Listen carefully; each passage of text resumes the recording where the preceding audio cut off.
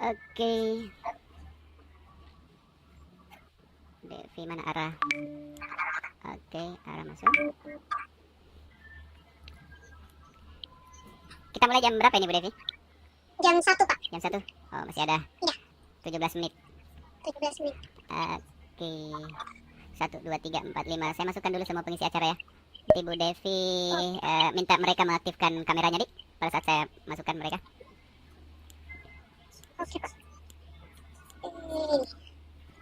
Siapa yang belum masuk? Saki, arah. Oke, oh,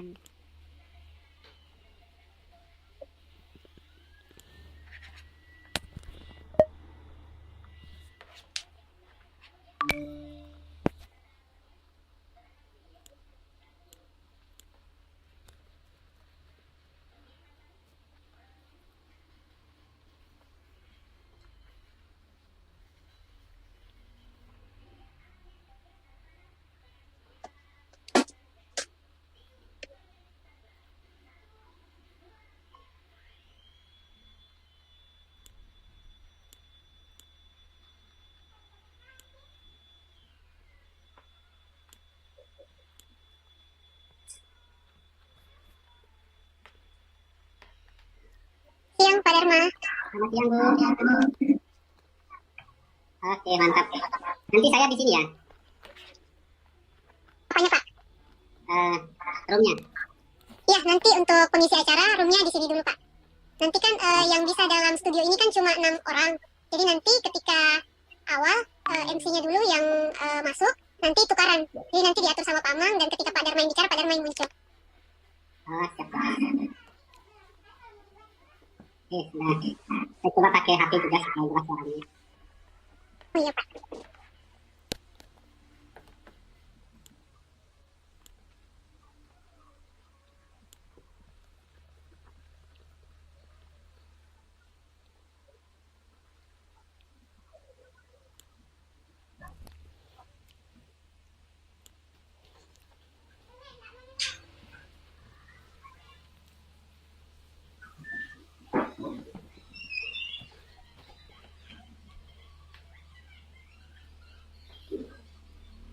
Iya, masih jauh di aku kah? Ya. Iya, nampaknya ini ada yang berusaha masuk. Bu Devi. Saya Pak Amang. Iya. Oh, begitu. Saya tadi mau pakai HP juga. Oh, begitu. Iya. Kalau di roomnya kita ini yang di ruang tunggu ternyata itu hanya bisa diisi sebanyak 10 orang. Ini sudah berapa ya? 1, 2, 3, 4, 5, 6, 7, 8, 9, 10. Sudah pas 10. Gitu. Seluruh, iya, sudah pas 10. Seluruh pengisi acara sudah masuk kayak ini. Kerlinda, Weni, kemudian Ara, kemudian Zaki, Diba, Andini. Oh, sudah masuk semua itu Bu Devi ya? Sudah Pak. Sudah semua ya? Ara, Saki, Diba, Andin, narasumber 2. Iya. Pak Dharma juga. Oke, cocok berarti ya. Tapi di saya hanya 6 kelihatan. Berapa Pak? Ini kan ya, 6 orang. Yang tampil di layar cuma 6 ya? Berarti masih ada 4 ya.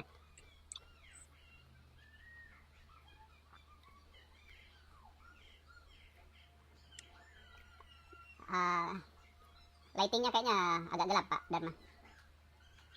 Ayo pindah kita. Coba Ara buka monitornya, buka kameranya. Oke. Bagaimana? Sudah jelas? Iya Pak. Dibandingkan yang tadi sudah jelas ya. Iya, Yang orangnya hitam. Saya kira headsetnya yang hitam Pak. Kelihatan bayangannya Ara dengan lampu itu. Bisa enggak bisa enggak di tengah lampunya? Kalau di atas nggak bisa.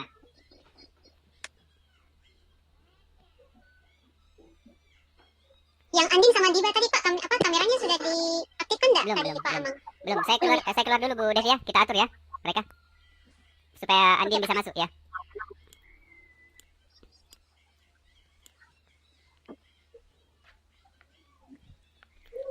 Andin. Siang Andin. Siang Bu. Boleh diaktifkan kameranya? Kita cek dulu.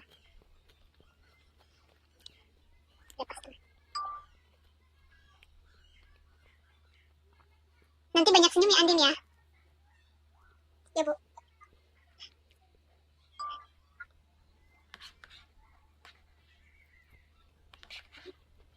Coba sekarang senyum. Oh, langsung dikasih komentar. Lebih banyak senyum din supaya tidak tegang kayak kemarin kah? Ya bu. Di poin Bu Guru yang kemarin Pak, jadi habis memperkenalkan narasumbernya share screen dulu. Jadi habis itu baru Andin ngobrol tanya-tanya kah? Oke Bu. Oke.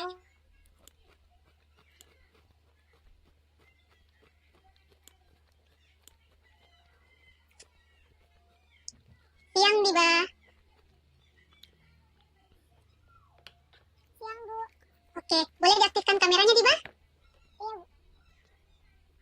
Oke, bagus ini lightingnya, jelas. Oke, boleh diaktifkan dulu mic-nya. Jelas Bu suaranya? Ya, coba Diba ngomong agak banyak supaya Bu Guru dengar jelas dulu. Oh ya Bu. Terima kasih atas waktu yang diberikan. Siang semuanya, saya Diba sebagai moderator 2 di acara hari ini. Oke, mantap. Sudah jelas, keras juga suaranya. Iya. Oke. Diba nanti banyakin senyum juga ya, supaya jangan terlalu tegang. Oke. Oh ya, Diba nanti setelah memperkenalkan narasumber, ingat poin yang kemarin ya, habis memperkenalkan narasumbernya share screen dulu. Masih lihat slide-nya, selesai itu. Ya, habis kamu perkenalkan, persilahkan ke narasumbernya. Habis itu baru selesai itu baru tanya-tanya. Ya, Bu. Oke. Waktunya masing-masing moderator 30 menit ya. Iya, Bu. Oke, mantap.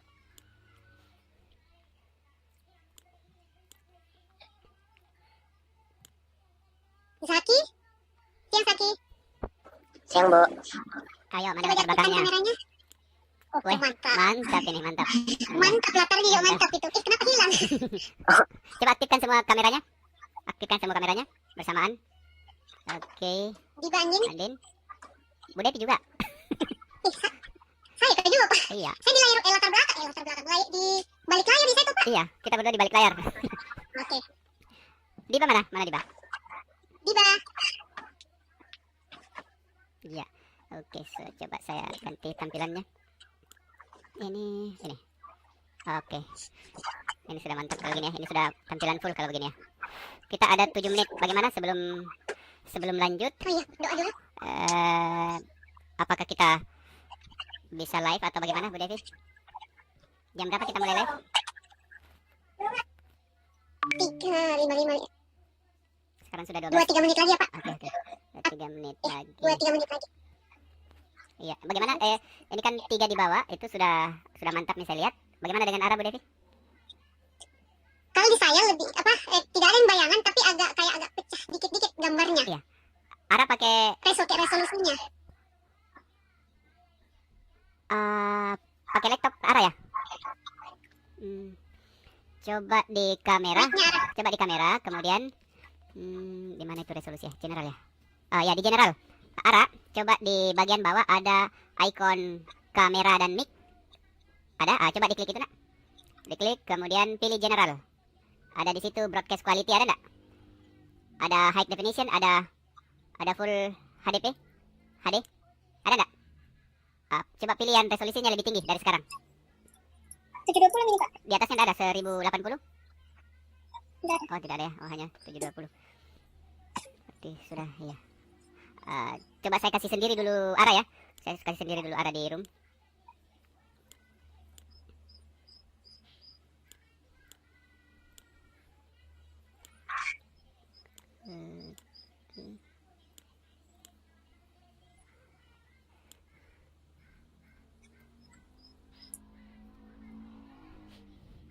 Iya gambarnya.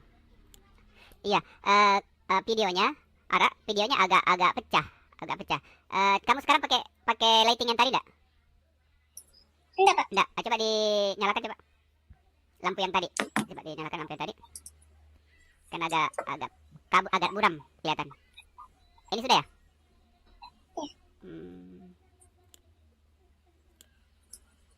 Andai kata bisa seperti tadi bagus tuh.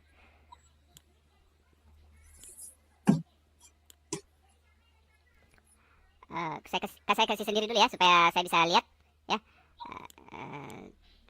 Got it. Oh. Masih kabur. Lampunya bisa lebih dekat lagi enggak? Ke arah.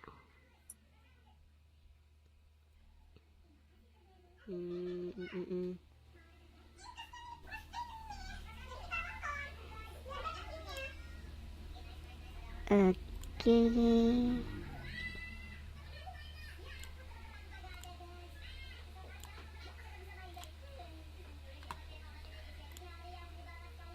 Oh ya, pecah ini. Agak agak pecah ini gambarnya, agak pecah gambarnya Ara ya. Oke, kemarin tidak seperti ini. Ini sudah 12, 18. Bu Dev. Ya, Iya, Pak. kemarin tidak seperti ini. Tidak. Iya. Tapi ini jelas ini lagi. Sekarang kalau begini dia jelas ya. Kalau dia sendiri kayak pecah. Iya. Oke, kalau begitu. Oke. Sekarang sudah 12.58. Bagaimana? Kita mulai, Pak. Kita mulai, Sam. Berarti sebentar, saya lihat dulu contekanku kemarin. Oke, Pak. Ara, kemudian Zaki. Oke, Ara. Kemudian Bapak Darmatika. Pak Darmatika nanti itu Pak Dharma. Ya. Akan share screen atau pidato saja, Pak? Tidak ada, ya. Oh, berarti langsung saja. Oke, kalau begitu. Singkatnya. Oke, jadi nanti rundown acaranya seperti ini, Pak. Ara nanti akan memulai di awal. Nanti saya dengan Bu Devi hanya berkomunikasi di luar saja, di luar room. Kemudian yang pertama Ara sebagai MC, kemudian setelah itu Zaki akan masuk. Setelah itu kemudian Ara lagi. Setelah Ara akan mempersilahkan Pak Dharma untuk menyampaikan sepatah kata dalam kegiatan sharing alumni kedua ini. Setelah itu kembali Pak Dharma akan keluar dari room, Ara lagi yang masuk. Kemudian Andin yang akan masuk. Jaringan. Ya, jaringan. Bapak pakai Ini, Bang. wah, jangan sampai berpengaruh ke saya. Mudah-mudahan tidak. Oke, Bapak pakai apa? Saya mau pakai ini kalau begitu, pakai HP. tidak masalah Bu, kayaknya.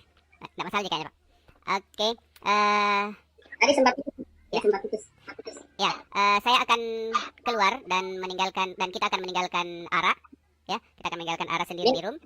Aman, Ya, bisa saya masuk pakai HP juga? Pakai 2 akun? sudah Full ya? sudah full di ruang tunggu atau saya masukkan dulu Bu Nuris ya? Oh, ya. Assalamualaikum Bu Nuris. Waalaikumsalam, Pak. Ya. Sebentar ini Pak Dharma akan menggunakan akun yang lain. Mohon maaf nanti saya remove dulu di studio. Nanti setelah Pak Dharma sudah masuk, nanti Ibu Nuris bisa masuk lagi. Begitu Bu ya? Ya. Oke. Baik, ya, Pak. Ya. Ya, siap. Oke, Pak Dharma boleh masukkan lagi satu akun sebelum kita mulai.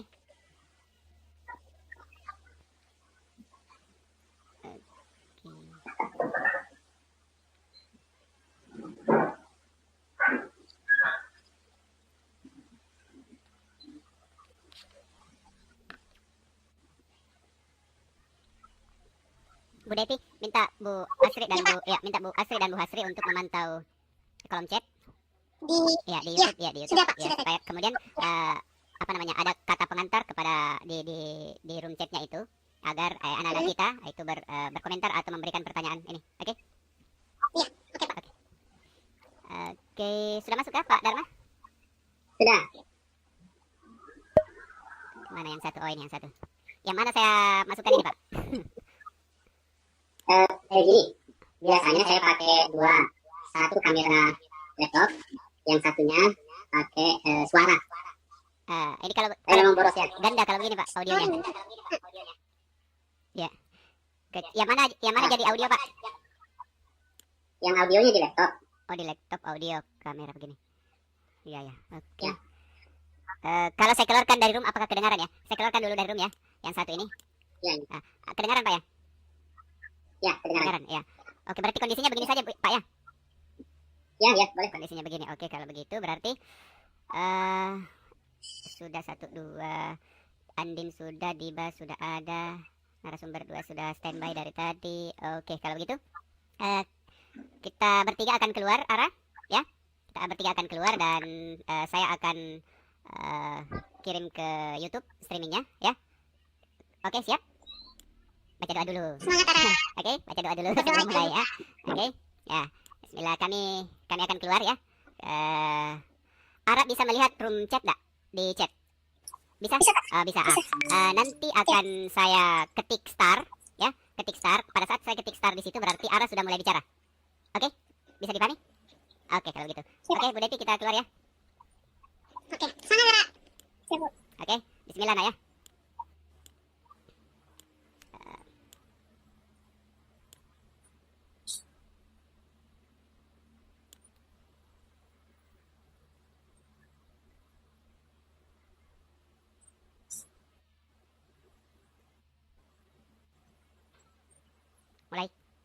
Assalamualaikum warahmatullahi wabarakatuh dan selamat siang semuanya.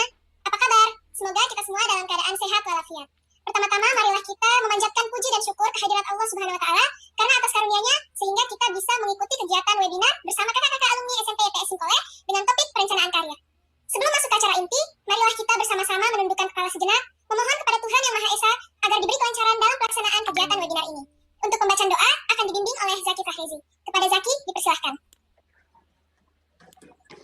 Assalamualaikum warahmatullahi wabarakatuh. Selamat siang dan salam sejahtera untuk kita semua. Hadirin dan teman-teman yang terhormat, sebelum kita memulai acara, marilah kita menundukkan kepala dan hati kita, seraya berdoa kepada Tuhan Yang Maha Kuasa. Semoga acara kita pada kesempatan kali ini dilancarkan hingga penghujung acara selesai. Buat teman-teman yang beragama muslim bisa mengikuti saya dan yang lain bisa menyesuaikan. Bismillahirrahmanirrahim. Ya Allah ya Rahmat, pada hari ini kami menyelenggarakan acara seminar sharing alumni dengan memohon ridho dan izinmu. Berkahilah semua langkah dan perbuatan kami, dan jadikanlah itu semua nilai ibadah dan nilai ilmu yang bermanfaat kepada kami. Berikanlah kelancaran kegiatan ini dengan baik hingga penghujung acara selesai. Ya Allah ya Wahid, Engkau yang Maha Satu dan Maha Menyatukan. Kami mohon perkuatlah persatuan di antara kami. Janganlah Engkau biarkan ada perpecahan di antara kami. Kami ingin kuat dalam persatuan itu agar lebih bermanfaat untuk nusa, bangsa, negara dan agama kami. Berilah kami ilmu yang bermanfaat, kefahaman yang luas dan amalan yang Engkau terima selama kami mengikuti acara ini. Dan berilah kami kemampuan untuk dapat meraih apa yang kami inginkan.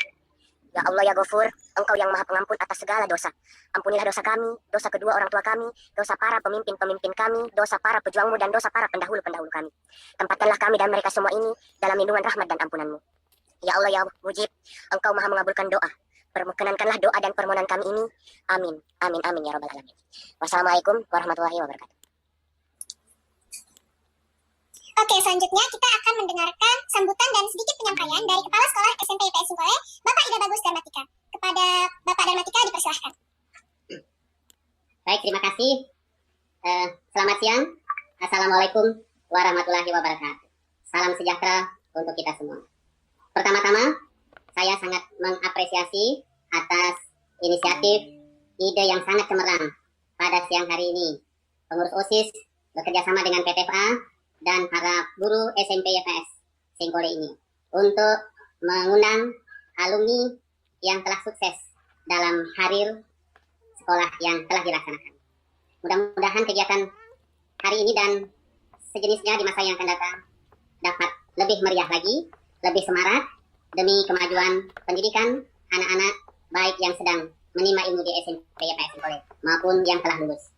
Harapan pada kesempatan ini, semoga apa yang akan diseringkan oleh dua alumni SMP IPS dapat menjadi inspirasi, dapat menambah wawasan buat anak-anakku sekalian demi mencapai cita-cita di masa yang akan datang.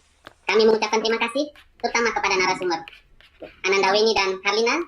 Terima kasih atas kesediaan untuk berbagi pengalaman, berbagi kemampuan, bahkan strategi untuk mencapai sukses kepada adik-adik di SMP IPS Singkole.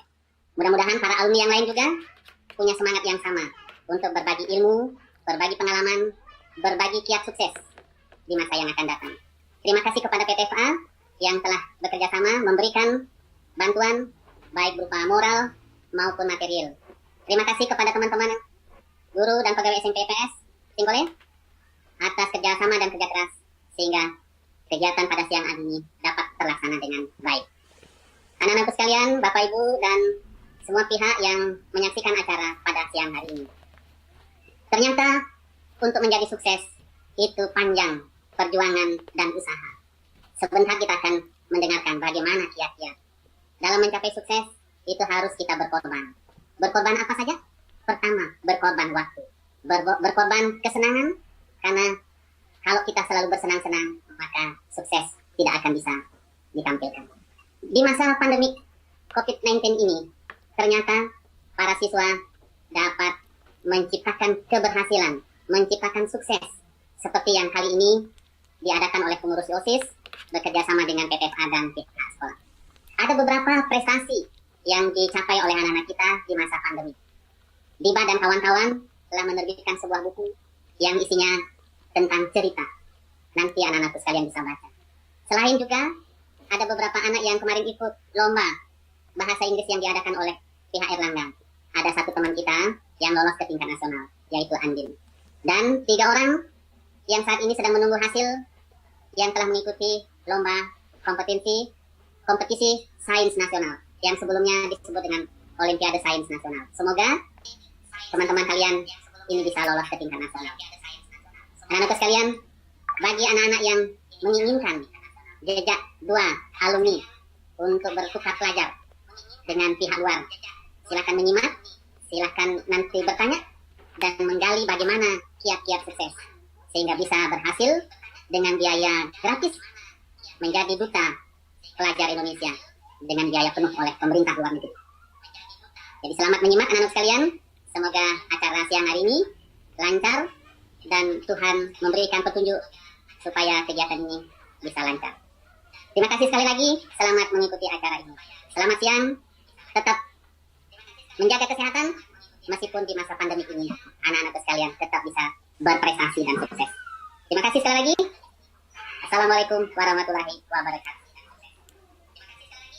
Oke, hari ini kita kedatangan tamu spesial, yaitu Kakak Karlinda dan Kakak Weni sebagai alumni SMP IPS Singkole yang baru saja kembali dari Amerika. Nah, di sesi pertama ini kita akan berbincang dengan Kakak Weni. Kita akan dipandu oleh Andin. Silakan Andin. Terima kasih Yara atas waktu yang telah diberikan. Selamat siang semuanya. Apa kabar? Sebelumnya, perkenalkan saya Andin, selaku moderator pertama untuk acara sharing alumni hari ini. Oke, kita langsung saja nih.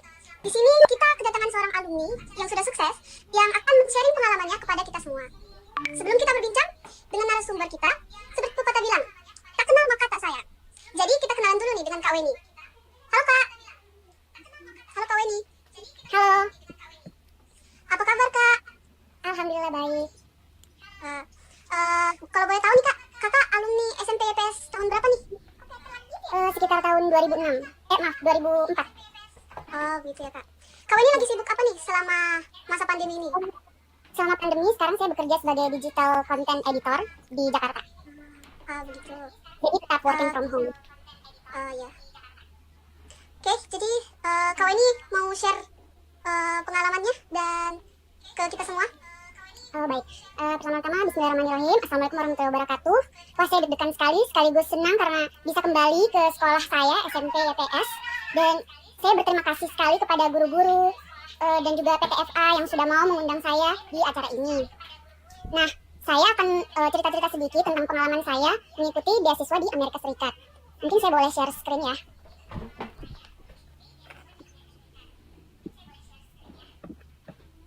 Maaf, screen saya terlihat? Belum kelihatan Kak. Boleh mungkin dibantu Bapak? Ya, di kaki layar sudah ya? Oke. Iya.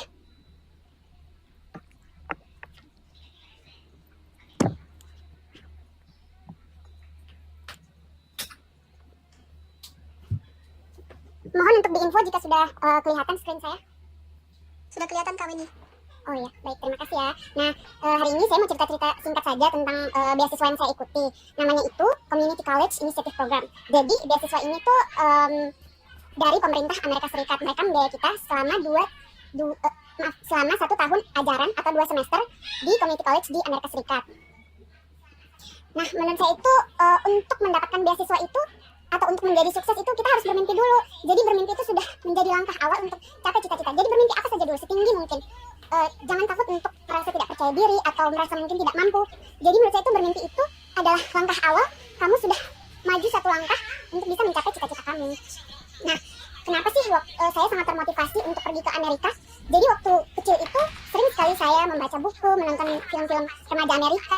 Kalau SMP tuh sering sekali nonton film-film anak-anak dari Amerika. Terus saya selalu merasa kalau di sana itu kenapa ya orang-orang itu pintar-pintar. Terus di sana itu adalah ada sekolah-sekolah ternama di dunia seperti MIT atau Harvard. Jadi itu sangat memotivasi saya untuk pergi ke Amerika. Nah, waktu SMA itu saya juga pernah ikut tes namanya AFS. Cuma sayangnya itu saya tidak lolos. Nah, itu tuh menurut saya kegagalan itu membuat saya makin termotivasi, makin ingin makin maju, makin ingin belajar buat ke sana. Nah, saya cerita-cerita sedikit kegiatan saya selama di sana. Jadi kegiatan saya selama di sana itu selain belajar selama 2 semester, saya juga ikut volunteering atau menjadi sukarelawan. Saya juga internship atau magang. Terus saya juga mengikuti kegiatan-kegiatan cultural exchange atau pertukaran budaya dan kegiatan-kegiatan leadership atau kepemimpinan. Nah, ini saya cerita sedikit tentang sekolah saya. Jadi menurut saya itu sekolah di Amerika itu sistemnya sangat berbeda ya dengan kita, karena hal yang paling penting, hal yang menurut saya paling penting yang menjadi perbedaan dari sekolah di sana dengan di Indonesia itu kita dipaksa atau dimotivasi atau diwajibkan untuk berbicara, mengeluarkan pendapat kita apa saja tanpa perlu khawatir atau takut dianggap jelek. Jadi semua pendapat kita itu dihargai. Setiap siswa itu setiap siswa itu pasti akan mau tidak mau itu akan maju ke depan untuk membicarakan opininya, pendapatnya, analisanya. Jadi menurut saya itu hal yang paling membuat perbedaan antara sistem pendidikan di Indonesia dan di Amerika. Nah, ini foto-foto waktu di sekolah saya. Jadi kita tuh selain ada perkuliahan, maksud saya dosen mengajar atau menjelaskan, kita juga sering sekali ada forum-forum diskusi atau namanya FGD, atau kita juga bahkan kadang-kadang di akhir pelajaran itu kita main game. Jadi main gamenya ini kita disuruh untuk menjawab pertanyaan, kemudian kita berlomba dan kadang dikasih hadiah atau kadang cuma hanya tepuk tangan kayak gitu. Jadi di dalam kelas itu sangat interaktif dan itu menurut saya sangat menarik karena di Indonesia sendiri itu mungkin kita jarang ya untuk berada di suasana kelas yang sangat interaktif. Tapi saya kan sekolah mungkin sudah beberapa tahun yang lalu. Saya berharap mungkin di masa-masa sekarang itu kelas-kelas di Indonesia itu bisa lebih interaktif seperti yang ada di luar. Kemudian saya juga ingin cerita sedikit tentang perpustakaan di sana. Nah, yang menurut saya menarik soal perpustakaan di Amerika itu karena misalnya ya, saya itu tinggal di negara bagian Virginia. Nah, di Virginia ini ada banyak sekali perpustakaan di setiap distrik atau setiap kalau saya namanya itu, kalau di Indonesia itu kayak kecamatan. Jadi banyak sekali perpustakaan. Nah, kita itu cuma perlu mendaftarkan diri di satu perpustakaan dan mendapat nomor dan kartu. Nah, kartu ini atau nomor ini sudah bisa digunakan di semua perpustakaan yang ada di negara bagian Virginia. Jadi di perpustakaan itu dimanapun kamu berada, kamu bisa meminjam buku. Nah, selain meminjam buku secara fisik, kamu juga bisa meminjam buku secara online. Jadi mereka punya satu website besar untuk semua perpustakaan. Jadi di dalam website itu selain ada e-book, majalah, dan juga banyak sekali film-film seperti film-film bahkan film-film terbaru atau film-film dokumenter dan juga film-film biografi. Dan menurut saya itu saya sangat senang ya karena sejak SD SMP itu saya senang sekali berada di perpustakaan dan ya seru aku tuh SMP YPS itu menurut saya punya banyak sekali koleksi buku ya secara fisik. Dan itu saya senang sekali karena saya bahkan akrab sekali dengan librarian waktu di SMP. Jadi waktu datang ke perpustakaan di sana itu saya makin senang karena walaupun saya hanya punya satu kartu, saya sudah bisa meminjam di semua perpustakaan daerah di sana. Dan selain itu kalau misalnya kita nggak bisa datang, kita juga bisa nonton film atau baca buku online dari perpustakaan itu. Jadi kayak durasi tertentu misalnya 3 minggu itu sudah bisa banyak yang bisa kita pinjam. Lalu selain itu tadi belajar, kami juga jadi permisi kalau ini sukarelawan ya. Ya, maaf permisi Kak. Maaf di sela sedikit boleh dinyalakan kameranya? Oh ya. Baik. Oke. Kelihatan lanjut Kak. Ya kelihatan Kak. Oh ya. Nah, selain belajar, kita juga volunteering atau jadi sukarelawan. Nah, bisa dilihat di foto di tengah ini, saya bahkan cuma jadi kayak penjaga-penjaga di festival. Dan itu tuh sering sekali. Jadi persyaratan beasiswa saya itu kita diwajibkan untuk menjadi relawan selama 100 jam. Nah, jadi tapi itu bebas, kita pilih mau jadi relawan di mana saja. Di sana itu ada website khusus untuk menjadi relawan. Jadi di website itu banyak sekali event-event setiap bulan dan mereka membuka pendaftaran sebagai relawan. Nah, itu tuh juga menurut saya menarik ya karena kita tidak menemukan hal itu di Indonesia. Tapi baru-baru ini saya Google search, kayaknya ada website tentang menjadi volunteer atau tempat-tempat satu wadah di mana kita bisa mendaftar jadi relawan. Tapi di sana itu kayak mereka tuh sudah lama sekali punya website kayak begini dan orang tua itu bahkan ikut. Jadi menjadi sukarelawan itu sudah menjadi budaya di Amerika.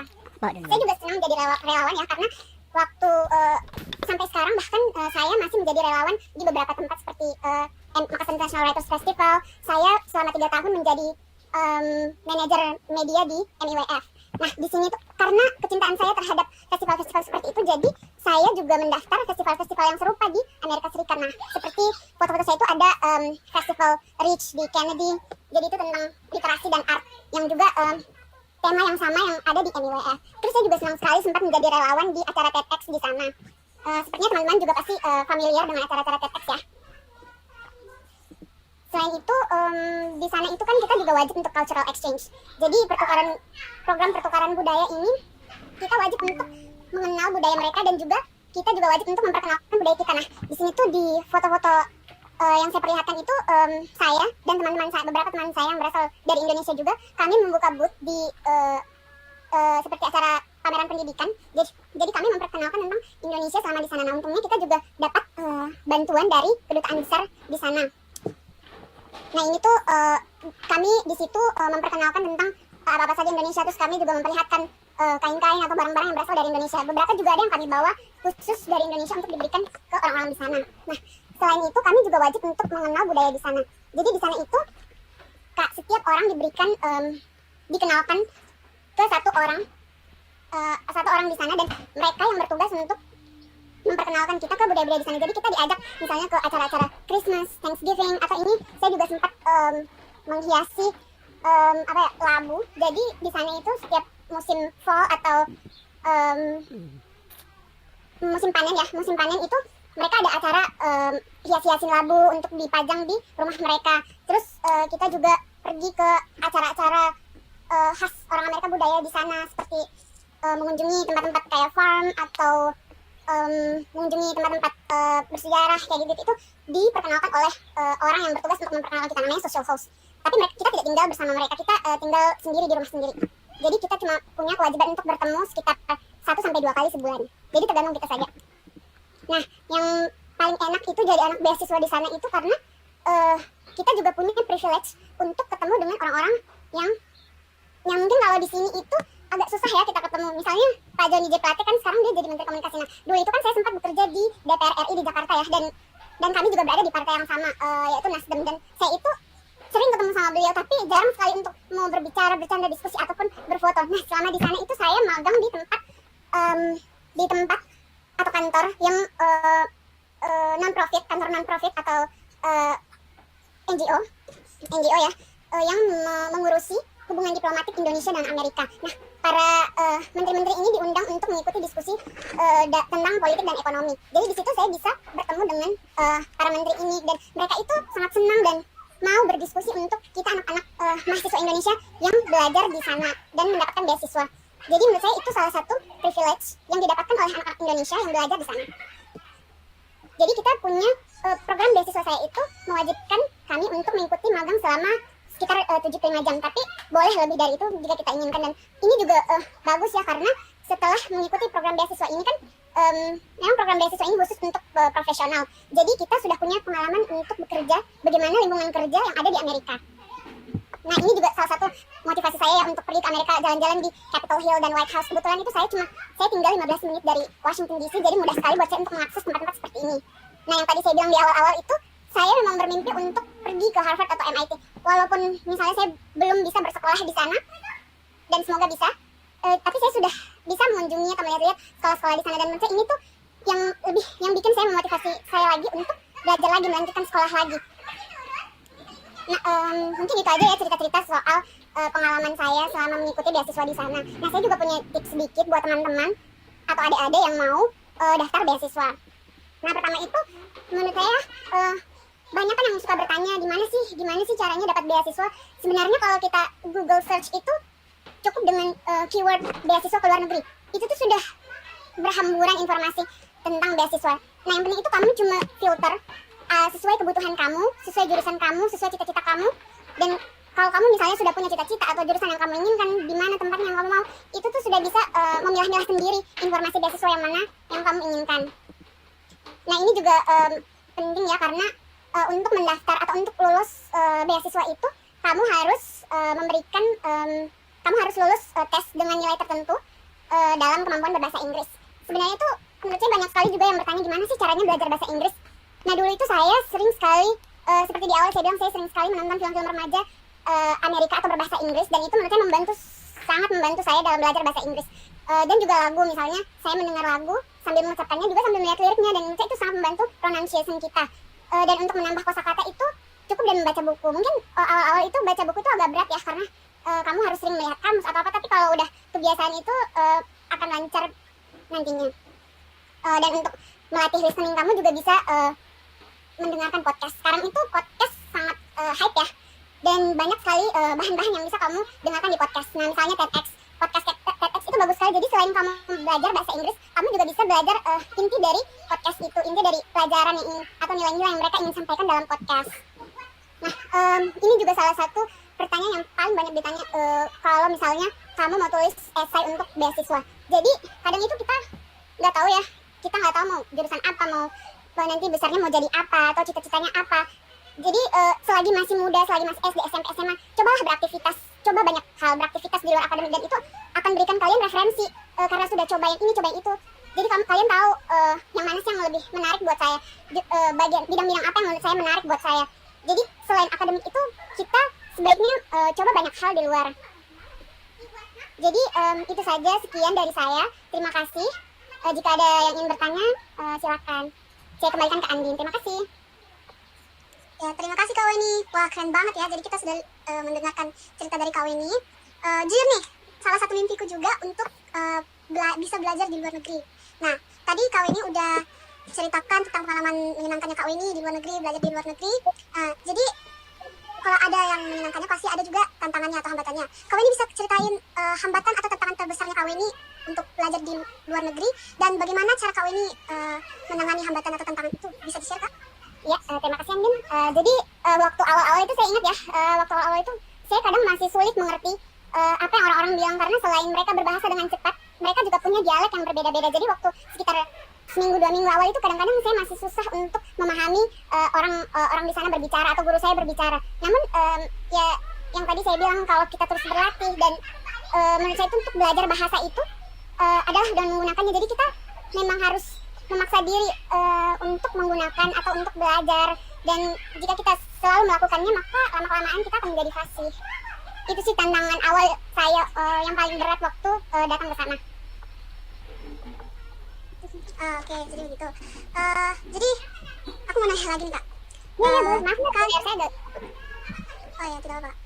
Jadi kan Kak Weni tadi bilang Kak Weni bisa menggapai mimpi Kak Weni ini, karena mimpi Kak Weni itu kan belajar di luar negeri, dan Kak Weni berhasil untuk mendapatkan mimpi itu. Kira-kira skill apa yang Kak Weni punya sampai Kak Weni bisa menggapai mimpi Kak Weni itu? Dan bukan tips, kira-kira saran-sarannya Kak Weni untuk kita juga yang ingin sekolah di luar negeri atau yang ingin menggapai mimpi kita. Nah, jadi menurut saya yang membuat orang-orang mungkin tertarik di aplikasi pendaftaran beasiswa saya itu karena esai saya mengenai aktivitas-aktivitas saya di luar kegiatan akademik atau perkuliahan. Jadi selama saya sekolah itu saya sering sekali menjadi sukarelawan. Seperti yang tadi saya ceritakan, saya menjadi manajer media di Makassar Writers Festival ya. Nah, itu tuh menurut itu saya menceritakan panjang soal kepemimpinan saya di sana. Terus apa aja yang saya lakukan selama menjadi relawan 3-4 tahun itu, dan itu tuh betul-betul membangun kepribadian saya dalam bidang itu. Jadi menurut saya itu yang paling menarik dalam esai saya sehingga saya bisa lulus. Nah, makanya tadi di tips yang saya sharing itu, kalian sebaiknya itu sering-sering mencoba hal baru di luar sana, entah itu menjadi sukarelawan di kegiatan apapun di festival, atau mengikuti klub-klub di luar akademik, atau saya juga menceritakan tentang saya menjadi relawan pustakawan di perpustakaan Kata Kerja di Makassar. Nah, itu tuh perpustakaan komunitas. Di situ tuh saya sudah menjadi pustakawan sejak tahun 2013 sampai sekarang.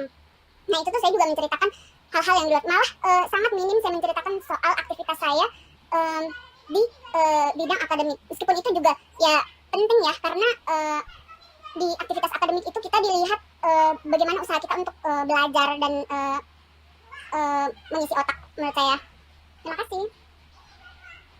Oke, jadi tadi Kak Weni udah kasih tahu tips-tipsnya kan, terus skillsnya Kak Weni yang membuat Kak Weni bisa sampai menggapai mimpinya untuk belajar di luar negeri. Jadi yang saya simpulkan di sini, Kak Weni awalnya ada mimpi nih. Terus Kak Weni ingin tahu dan mencari info tentang bagaimana caranya Kak Weni menggapai mimpi itu. Ya Kak Weni? Ya, terus untuk menggapai mimpi itu kita harus ngapain? Jadi skills yang harus diasah lagi, kita asah supaya bisa menggapai mimpi itu. Kak Weni ada pesan-pesan untuk anak-anak yang semua yang lagi nonton ini? Pesan-pesannya, ya silakan Kak Weni. Jadi tadi di awal itu saya sudah sempat bilang ya, bercita-cita saja dulu, apapun cita-citanya setinggi mungkin. Jangan takut, jangan minder, terus jangan terjebak di satu tempat. Jadi cobalah untuk sering-sering beraktivitas dan jadi tahu kalian mau jadi apa, cita-citanya apa. Itu tuh ya bermimpi saja dulu. Nah itu tuh yang akan motivasi kita untuk mencapai mimpi. Jadi sebenarnya yang penting itu bukan tentang kesuksesan atau apa nanti yang akan kita capai. Jadi dalam proses itu menurut saya proses-proses kita untuk mencapai cita-cita atau mencapai kesuksesan itu yang bakalan kita selalu ingat, itu yang bakalan bikin kita bahagia ketika sudah berada di level tertentu. Itu aja sih dari saya. Keren banget loh Kak. Jadi intinya kita harus bermimpi dulu. Oke. Iya. Jadi terima kasih Kak Weni sudah mau sharing pengalamannya, sudah bersedia ditanya-tanya, diwawancarai. Semoga kita semua bisa menggapai mimpi kita dengan tips-tips yang telah diberikan oleh Kak Weni. Semoga yang menonton video ini bisa termotivasi lah atas pengalamannya Kak Weni, ceritanya Kak Weni. Oke, terima kasih Kak Weni. Terima kasih ya. Terima kasih Ani, terima kasih semuanya. Saya kembalikan ke Ara. Terima kasih. Oke, berakhir sudah sesi pertama kita bersama Kakak Weni dan Andin. Semoga dari pengalaman dan cerita Kak Weni bisa memotivasi kita semua untuk terus bermimpi dan berusaha untuk meraih mimpi. Selanjutnya kita masuk ke sesi 2. Kita akan berbincang dengan Kakak Karlinda dan akan dipandu oleh Diba. Silahkan Diba. Terima kasih atas waktu yang diberikan. Siang semuanya, saya Diba sebagai moderator 2 di acara hari ini. Kali ini saya bersama Kak Karlinda Hasan. Kakenda ini lulus dari SMP YPS tahun 2017, sekarang sekolah di SMA Negeri 17 Makassar. Kakek hebat sekali loh, bisa mengikuti program YES ke Amerika. Halo Kakenda, gimana kabarnya? Halo Diba, baik. Kalau Diba sendiri gimana? Baik. Selama stay at home ini, Kakenda ngapain aja sih? Sekarang kan lagi online school, tapi sekarang aku juga lagi persiapan buat college application ke luar negeri. Iya. Kak, ada materi yang akan disampaikan ya? Iya. Silakan share screen ya Kak. Iya. Oke. Udah kelihatan? Belum Kak. Sudah Kak. Udah ya. Oke, pertama-tama saya ingin berterima kasih kepada Ibu dan Bapak Guru dan juga PTFA yang udah mengundang saya untuk sharing ke teman-teman hari ini. Dan terima kasih juga untuk Kakak Weni yang sudah sharing pengalamannya yang sangat keren dan sangat memotivasi saya, dan pastinya juga memotivasi teman-teman yang menonton video yang menonton live streaming ini. Jadi sebelumnya saya akan memperkenalkan diri saya lewat profil singkat saya. Jadi nama saya Karlinda Hasan, tapi saya biasanya dipanggil Kenda. Saya berumur 18 tahun, saya kelas 2002, dan sekarang saya masih duduk di bangku SMA kelas 3. Saya bersama di SMA 17 Makassar, tetapi dari TK sampai SMP saya itu bersekolah di YPS. Nah, profil singkat saya itu siswa berprestasi di SMP YPS dari 2015 sampai 2017. Saya sekretaris OSIS 2016-2017. Saya vice president debate club atau English club di sekolah saya. Saya juga merupakan anggota MPK bidang 10, dan alhamdulillah baru-baru ini saya kembali dari Amerika dari program beasiswa full KLYES 2019-2020. Nah, mungkin bagusnya aku menjelaskan tentang KLYES dulu, karena banyak teman-teman yang sangat tertarik dengan KLYES ini. Nah, KLYES ini adalah program beasiswa full yang diberikan oleh pemerintah Amerika itu sendiri. Nah, KLYES ini sendiri itu hanya diberikan kepada negara-negara yang berpopulasi majoritinya itu muslim. Nah, background dari beasiswa ini sendiri itu terjadi karena tragedi 9/11 tahun 2001, di mana terjadi banyak misunderstanding antara umat muslim dan juga Amerika kan. Nah, makanya dijadikanlah KLYES ini sebagai seperti jembatan untuk menjembatani Amerika dan juga negara-negara muslim lainnya. Dan ya, ini 100% beasiswa, dan bahkan kalian juga kalau terpilih akan dapat uang jajan di sana. Nah, pasti kan banyak bertanyakan apa sih persyaratan program KLYES itu? Jadi ini adalah program persyaratan KLYES tahun ini. Sebelumnya saya ingin bertanya juga, apakah udah kelihatan persyaratan programnya? Sudah Kak. Tidak kecil memang. Kecil ya? Iya, tapi kelihatan kok Kak. Oke, terima kasih. Jadi saya akan menjelaskan persyaratan program KLYES. Nah, jadi ini tuh persyaratan program KLYES untuk tahun ini. Jadi tahun kalian itu kurang lebih bakalan sama, tapi tentu saja untuk syarat tanggal lahir dan juga tahunnya itu bakal berbeda. Nah, untuk yang pertama ini, alasan kenapa saya menjelaskan ini itu karena menurut saya teman-teman yang sekarang di SMP itu mempunyai peluang yang sangat besar untuk nantinya akan mengikuti dan juga lolos program ini. Dan juga waktu sekarang waktu SMP itu betul-betul sangat berperan besar untuk nanti kalian bisa mendaftar KLYES di SMA. Karena kalian bisa lihat itu nanti akan diminta sertifikat kalian selama 5 tahun terakhir. Nah, di mana SMP itu akan termasuk dari 5 tahun terakhir itu. Jadi saya berharap kalian bisa memaksimalkan waktu kalian sama SMP untuk menggali passion kalian dan melakukan hal-hal yang kalian sukai di dalam sekolah maupun di luar sekolah. Nah, yang pertama itu untuk tahun ini mereka tuh melakukan pendaftaran bagi siswa kelas 11 SMA, SMK, MA, pesantren sederajat. Jadi nanti kalau kalian SMA di luar, mau itu pesantren, mau itu MA, madrasah atau SMK itu tidak masalah. Tetapi tahun ini kelas 10 tak boleh mendaftar karena adanya perubahan, karena adanya COVID. Nah, tapi setahu saya waktu tahun saya dia itu kalian ini hanya menerima kelas 10. Jadi kalian kelas 10 harus siap-siap nanti ya, supaya nanti kalian udah bisa langsung mendaftar saat terjadi perubahan-perubahan seperti itu. Yang kedua, lahir tanggal yang sudah ditentukan.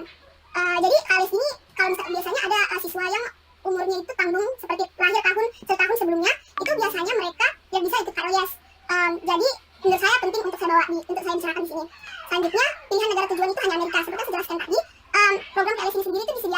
pemerintah Amerika, dan tentu saja pilihan negaranya itu hanya Amerika. Nah, tidak seperti tidak seperti AFS.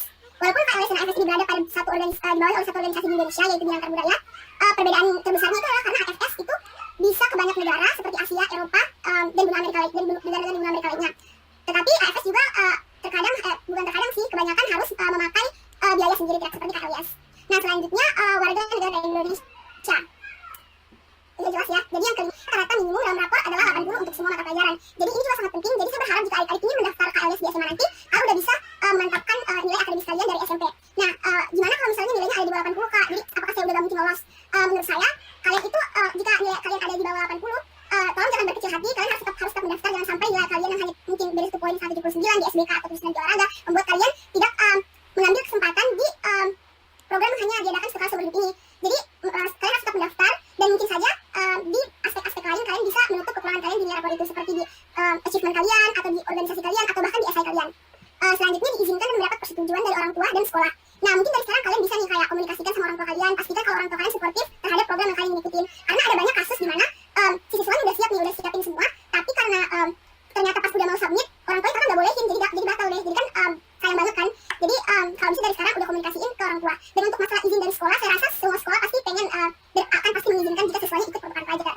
Selanjutnya yang terakhir dan menurut yang paling penting itu adalah diizinkan dan mendapat persetujuan dari orang tua dan merupakan siswa-siswi yang aktif berprestasi dalam bidang akademik atau non-akademik di organisasi atau kegiatan sekolah atau luar sekolah, khususnya 5 tahun terakhir. Ini yang tadi aku jelasin. Jadi kalian mendaftar kelas 10, kalian itu bakal bisa masukin sertifikat kalian pada saat kelas 10 tahun itu, kelas 9, 8, 7, dan 6. Nah, kalian masukin semua proses-proses kalian minimal bidang tingkat kota atau daerah, dan juga untuk organisasi itu minimal ketua atau ketua sekretaris atau bendahara. Nah, seperti aku jelasin tadi, aku pas SMP itu sempat jadi sekretaris OSIS kan, dan juga waktu itu aku tuh atlet taekwondo dan juga atlet renang. Jadi aku tuh banyak penghargaan dari organisasi tersebut, walaupun itu bukan organisasi akademis. Dan aku cuma pengen tekankan kalau organisasi di sini tuh nggak peduli mau akademis dan akademis, yang penting kalian berprestasi, itu bakal dilihat sama. Jadi mumpung kalian SMP, kalian itu harus tahu dan investasikan waktu kalian di hal-hal yang kalian sukai, cari passion kalian. Jika kalian suka di art, dan art itu bobotnya sama kok dengan sains atau fisika yang lain kan, bisa tetap untuk ikut lomba-lombanya seperti FLS2N, O2S untuk olahraga, atau kalau kalian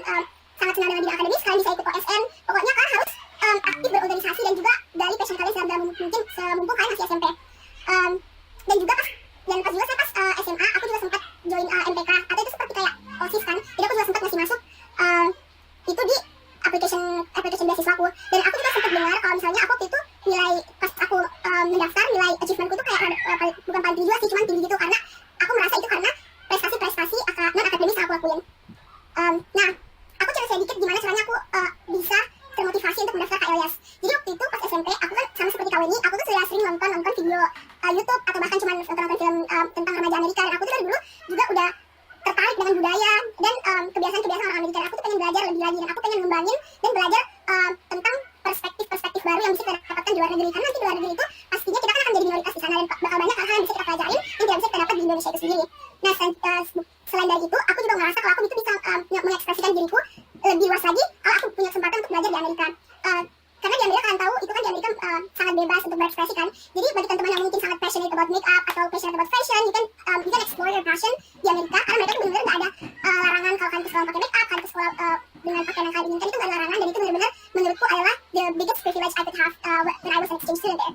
Jadi aku pas mendaftar dan lulus itu aku benar-benar senang, dan benar saja setelah kembali dari Amerika aku merasa aku udah tahu diriku lebih dalam, aku lebih tahu apa yang aku inginkan, dan juga aku lebih tahu banyak perspektif-perspektif lain yang tidak bisa aku dapatkan di Indonesia. Selanjutnya aku bakal nge-share pengalaman aku saat aku di Amerika sebagai mungkin motivasi kalian juga untuk mau pergi ke Amerika supaya bisa berusaha dari sekarang. Oke, slide yang Diba, ini udah kelihatan nggak slide-nya? Sudah. Terima kasih. Jadi yang pertama banyak biasanya nanya kan kayak, Kak,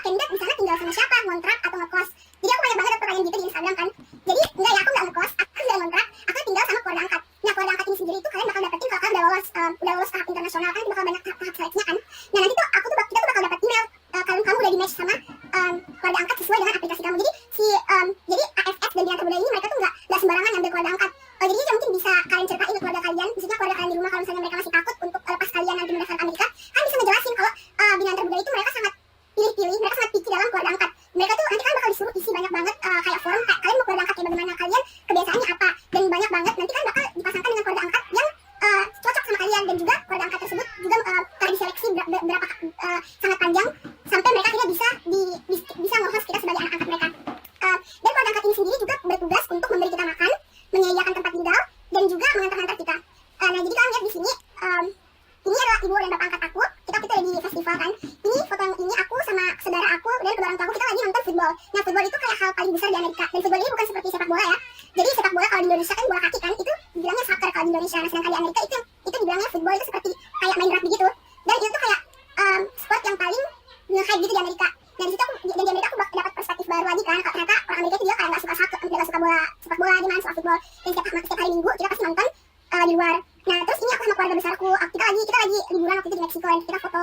Terus ini aku dan saudara angkatku. Nah, jadi kan juga bakal dikasih kamar sama keluarga angkat kalian. Tapi ini beda-beda cerita tiap orang ya. Kalau aku sendiri, alhamdulillah keluarga angkatku ngasih aku kamar sendiri personal dengan kasur king size dan jadi aku punya personal space sendiri. Tapi aku juga dengar dari teman-teman lain kalau misalnya mereka harus sekamar sama saudara mereka. Jadi itu beda-beda tiap orang. Jadi gitu. Selanjutnya, oh iya, jadi kalau misalnya keluarga angkat kalian juga liburan, misalnya kalian beruntung, kalian tuh bakal diajak liburan juga, kayak gitu ya. Jadi mereka tuh benar-benar seperti keluarga kalian. Jadi kalian bisa nggak kayak TKI, disuruh-suruh enggak. Jadi kalian itu kayak keluarga mereka. Jadi kalau misalnya mereka lagi kayak lagi kumpul sama keluarga, kalian ikut, kalian bicara-bicara hal-hal personal dengan mereka. Selanjutnya aku bakal ngejelasin tempatku tinggal. Nah, di sana kalian tuh nggak bisa milih, kalian misalnya milih, aku mau di California doang, aku mau di Texas doang. Jadi kalian tuh nggak bisa, kalian tuh bakal dipilihin state gitu kan, dipilihin state mana. Nah, aku tuh alhamdulillah dapat Washington State. Washington State itu ada di sebelah, di West Coast atau di sebelah barat kan. Jadi aku bisa, dan aku tuh tinggal di Bainbridge Island. Nah, Bainbridge Island ini lokasinya dekat sama Seattle. Nah, Seattle itu salah satu kota yang paling besar di Amerika. Kalau kalian tahu film Twilight, film Grey's Anatomy, itu tuh semua di filmnya di Washington State. Nah, Washington State sendiri sangat terkenal dengan kecantikan gunung-gunungnya dan kecantikan alamnya seperti yang aku bisa kasih lihat di sini. Nah, Bainbridge Island itu sendiri itu berbatasan langsung dengan Seattle. Jadi di rumahku sendiri itu lagi ke depan itu bisa langsung melihat Seattle. Dan Bainbridge Island itu di tempat aku tinggal itu neighborhoodnya sangat bagus dan sangat bersih, dan juga kalau mau bilang neighborhood yang lumayan elit lah di situ. Jadi ini kan saya lihat rumah keluarga angkat aku di sana. Terus kalian juga bisa lihat ini setiap minggu karena Bainbridge Island dan Seattle itu sangat dekat. Jadi aku setiap minggu selalu hangout sama teman-temanku di sana. Aku ini sebenarnya video sih, kayaknya aku bisa putar. Oh, bentar ya, aku mau putar supaya kalian bisa ngeliat betapa cantiknya Seattle itu. Bentar ya. Di baterai kelihatan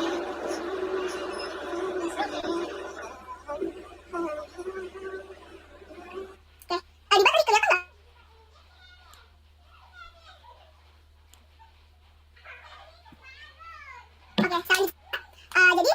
Oke, jadi kalau kalian nanti dapat pertukaran pelajar itu nanti, kalau kalian dapat beasiswa pertukaran pelajar nanti, kalian tuh gak bakal di rumah-rumah terus, kalian tuh bakal hangout ke kota-kota besar, bahkan tiap minggu kayak aku sendiri. Dan itu tuh benar-benar menurutku kesenangan sendiri karena kalian tuh bisa jalan-jalan.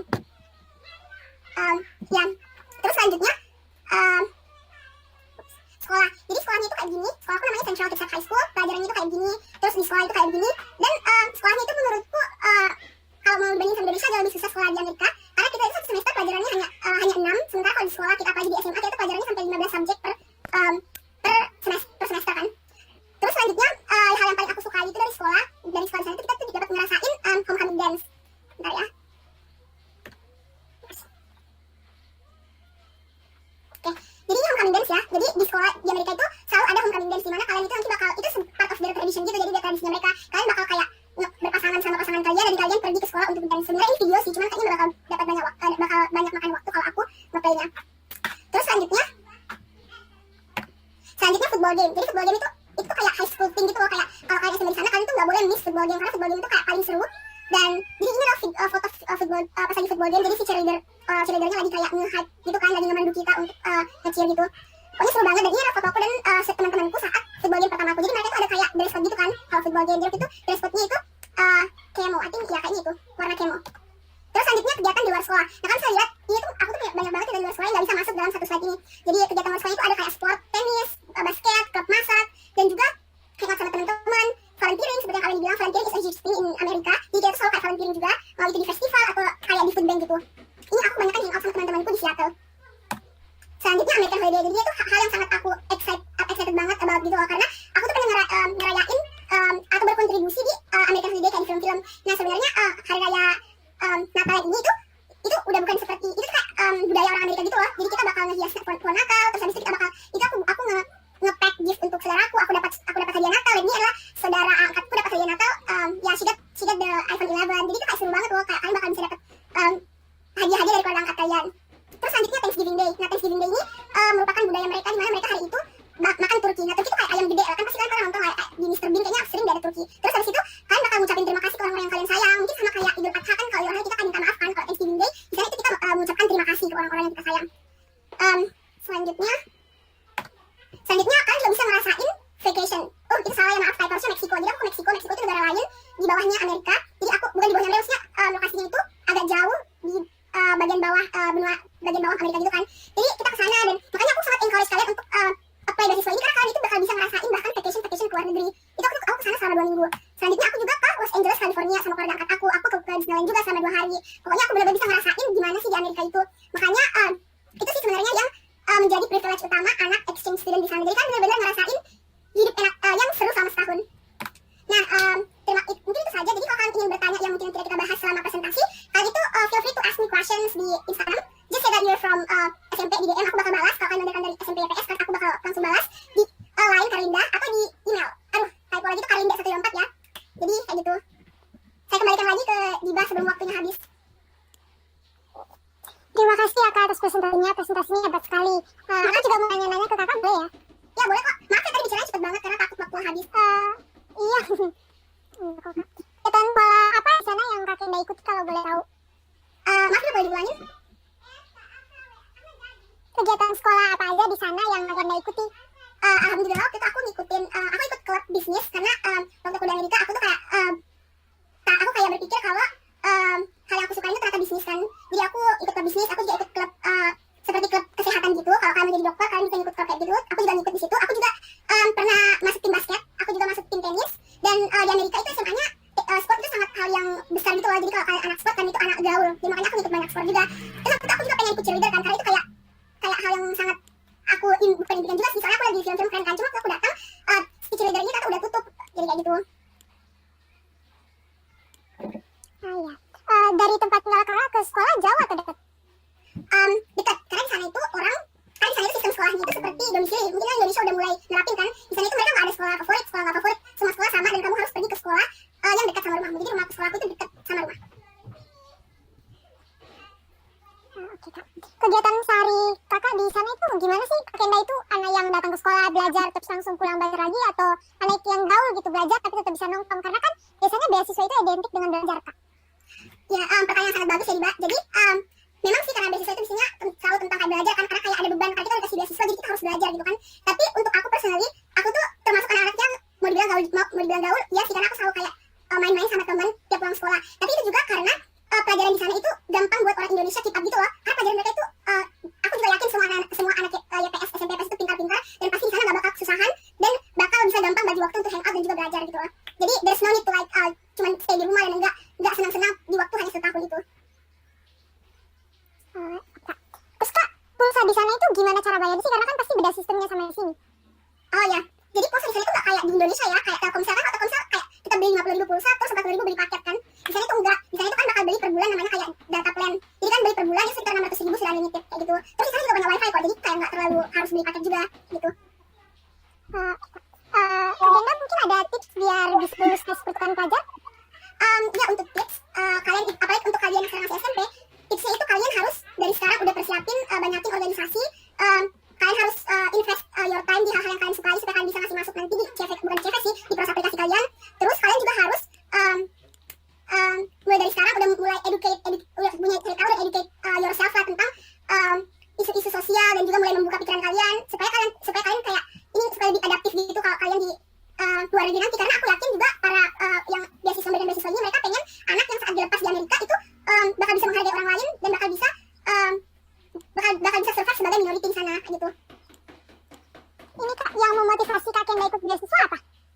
Yang memotivasi aku waktu itu karena aku dulu sangat passionate about makeup kan, dan aku tuh pengen ke sekolah kayak bisa mengekspresikan diri dulu kan, karena aku tuh pengen banget pakai makeup ke sekolah. Jadi waktu itu aku apply, aku bilang kalau aku pengen mengekspresikan diri lebih jauh, dan aku juga pengen belajar banyak perspektif gitu kan, kayak Amerika kan itu di sana kayak diverse kan, kayak ada banyak orang dari Meksiko, orang dari Kanada, dan aku tuh pengen belajar lebih banyak tentang perbedaan dan perspektif orang dari negara maju gitu.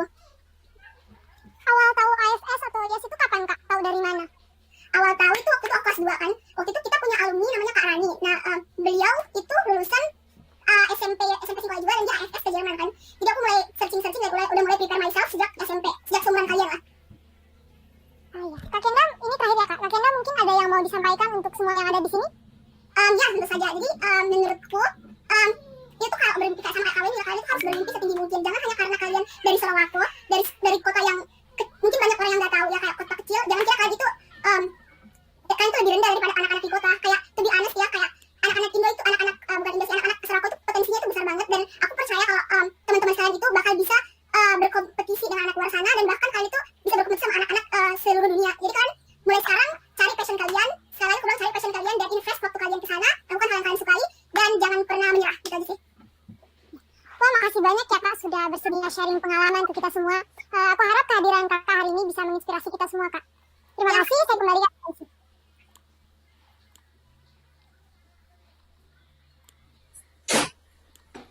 Berakhir sudah sesi kedua kita bersama Kakak Karlinda dan Diba. Sekarang kita masuk ke sesi tanya jawab. Jadi buat teman-teman yang punya pertanyaan, diberi 3 orang kesempatan untuk bertanya. Silahkan bisa klik link di kolom chat. Jangan lupa sebutkan nama, kelas, dan pertanyaan itu ditujukan kepada siapa. Silakan teman-teman yang ingin bertanya.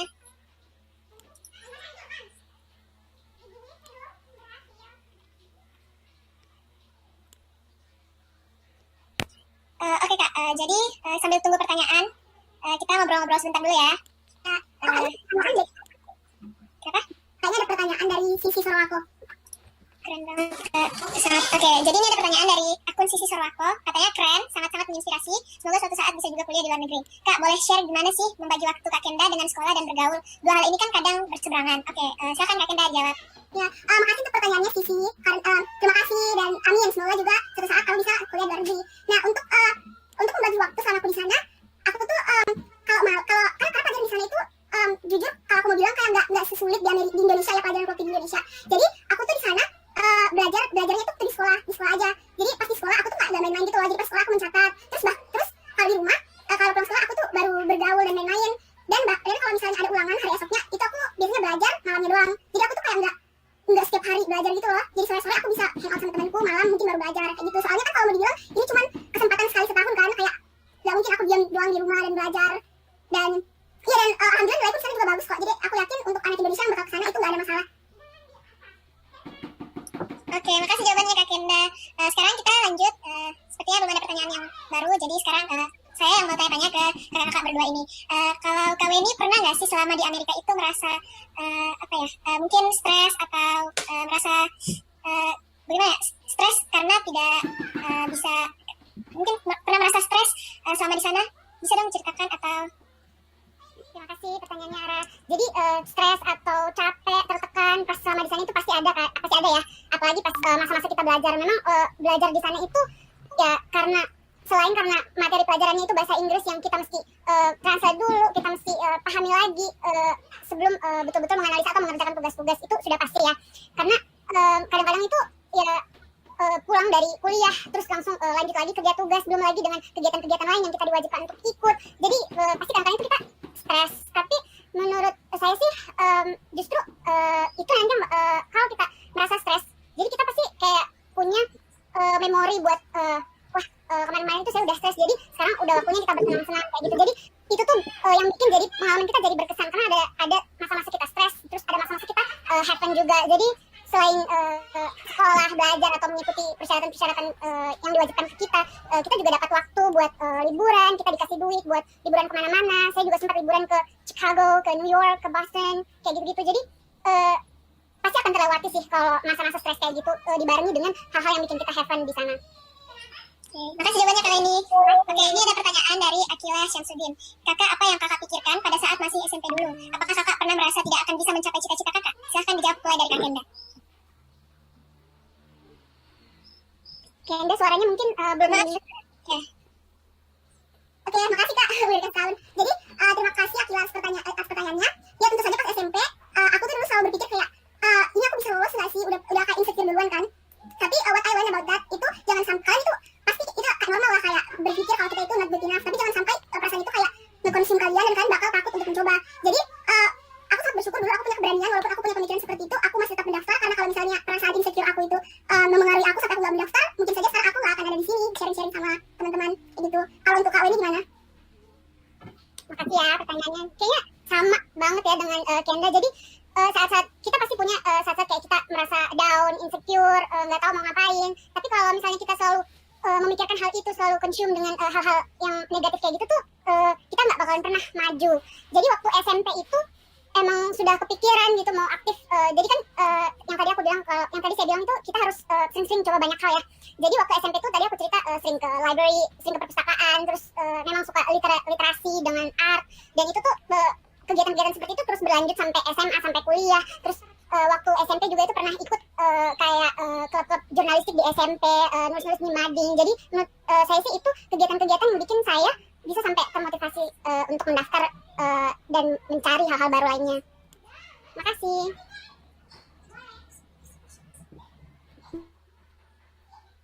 Maaf, suaranya Ara juga kayaknya masih di mute. Oke, makasih Kak, sudah diingatkan. Oke, selanjutnya pertanyaan dari Sisi Sorwako. Kak Weni dan Kak Kenda, gimana peran ortu dalam meraih mimpi-mimpi kakak? Bisa dijawab mulai dari Kak Weni dulu mungkin.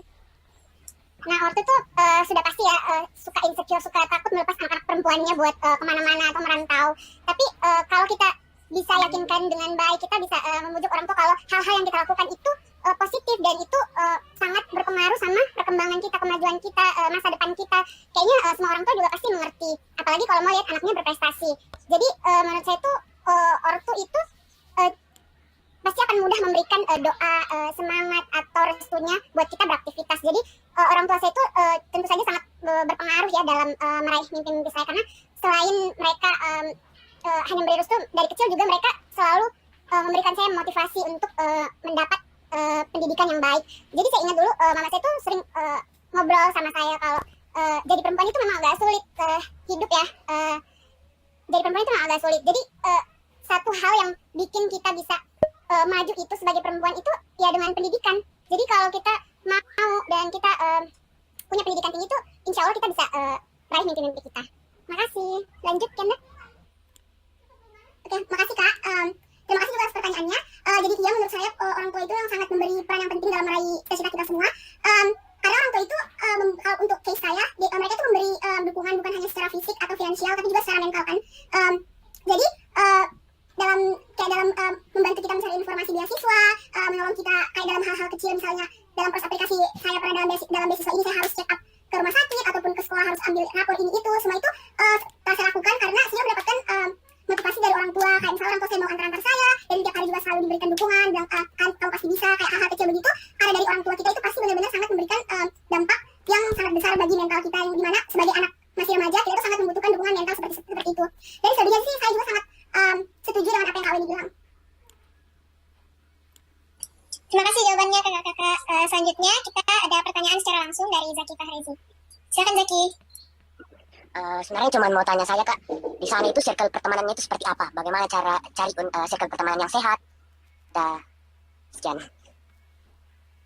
Oke, pertanyaannya Zaki tadi, bagaimana tentang circle pertemanan di Amerika? Mungkin bisa dijawab pertama oleh Kak Kenda. Silakan Kak.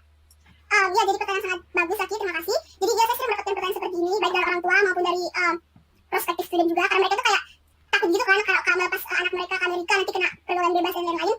Jadi menurut saya memang circle pertemanan di Amerika itu memang sangat diverse dan sangat beda dari di Indonesia. Dan untuk mencari atau engage ke circle pertemanan yang baik itu kurang lebih itu seperti kayak di Indonesia aja sih, kayak kan harus kayak approach mereka duluan, terus kan harus tahu dan dari awal kalian itu memang mau masuk ke circle mana. Kalau emang kalian mau masuk circle yang kayak emang gak baik ya pasti kalian bakal ended up di circle yang gak baik. Tapi kalau kalian mau circle yang baik, kalian itu gak ada susahnya kok, kalian bakal bisa masuk dalam circle tersebut. Dan kalau kalian takut misalnya kalian merasa kalian kayak di film-film kan, kalau misalnya kalian dipaksa gitu untuk entahlah mungkin mencoba hal-hal yang sangat bertentangan dengan keyakinan kalian, itu di sana itu gak pernah kok kan, kalau setauku, at least in my case, they never do that. And if they ask you and kalau dia tanya kalian dan kalian nolak, mereka tuh bakal ngehargain kalian dan mereka bakal stop, nggak ngajak kalian untuk misalnya melakukan hal-hal sesuatu yang kalian nggak mau. Dan aku ngerasa komunikasi juga penting ya, jangan sampai kalian diajak begituan, kalian diajak misalnya ke party atau kemana yang nggak sesuai dengan keyakinan kalian, terus kalian nggak mau sebenarnya, tapi kalian kayak aku nggak tahu cara nolaknya gimana, jadi kalian akhirnya mau. Jadi sebenarnya itu nggak, jadi sebenarnya tergantung diri kalian masing-masing. Jangan sampai kalian juga harus berani untuk stand up for yourself and say that you don't want it. Jadi kayak gitu menurutku. Kalau menurut kalian ini gimana? Halo Zaki, makasih ya pertanyaannya. Jadi betul banget sih kata Kenda. Jadi di Amerika itu ada namanya personal space ya. Nah, orang Amerika itu sangat menghormati personal space kita. Jadi apapun yang kita bilang, kayak misalnya saya nggak mau ini, saya mau ikut itu, mereka pasti menghargai. Jadi kalau alhamdulillah ya, saya juga nggak pernah merasakan hal yang kayak dipaksa ikut ini itu yang menurut saya nggak baik.